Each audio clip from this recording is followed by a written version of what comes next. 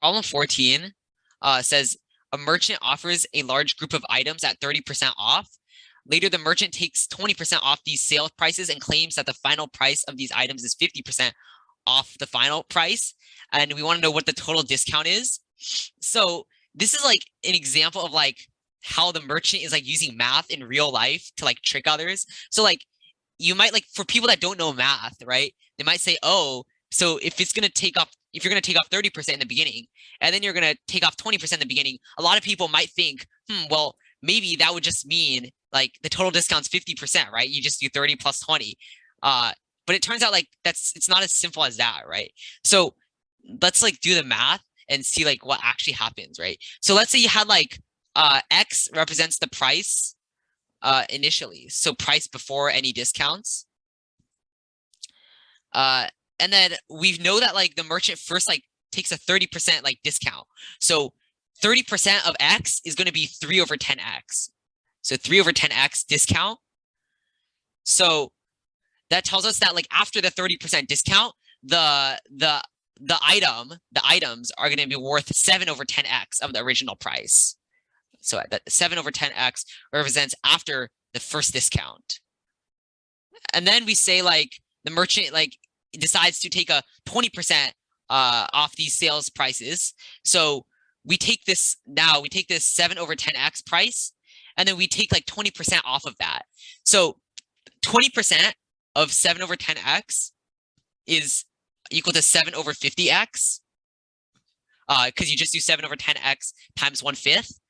And then like that means this represents like the discount. So that tells us that the price after the second discount is going to be 7 over 10X, like over here, then subtract it off, like 7 over 50X. That's going to equal 28 over 50X. And this represents price after the second discount. So now we can like notice and see like we have 28 over 50X. So just to like make it more clear, I can write this, multiply the top and bottom by 2. I can write this as 56 over 100X. And we can say this equals 56% of X. So what this tells us is that like after both discounts have been made, the final price of the items is going to be 56% of the original price. But we have to be careful, right? So like the question wants us what the total discount is. So like you might like, be happy and see 56 is one of the answer choices and pick that and move on. But like 56% represents like the fraction, the percentage of the original price that you have after the 2 discounts are made. So like if you want to actually find the total discount, you have to do like 100% minus 56%.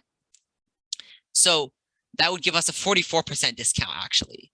And if you look back at our answer choices, that would give us choice B, which is the right answer.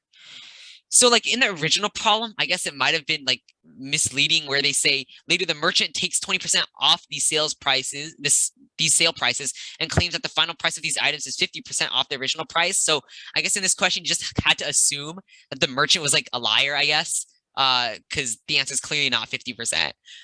Because if you did the math here, we found that the discount was actually less than 50%.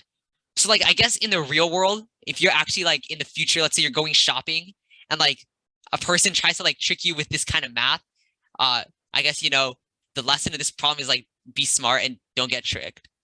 Yeah, so just to summarize, the general idea was like we didn't actually have to use X. So like in these kinds of questions where they ask for like total discount or like a lot of things about like fractions, like what fraction of this whole thing is like true or something like that. A lot of times you can just make up a number. Like in this case, instead of using X, I could have just said 100. Maybe the initial price of the items was $100, and then I did it that way. I would have gotten the same answer. And usually that's actually faster because like you're working with concrete numbers rather than variables. But like just to be rigorous, I use like variables in this case. So after the first discount, we found that the price was 7 over 10X, and then applying the 20% discount, we found that the new price was 28 over 50X. And we found that was 56% of the original price, which meant that there was a 44% discount in the price.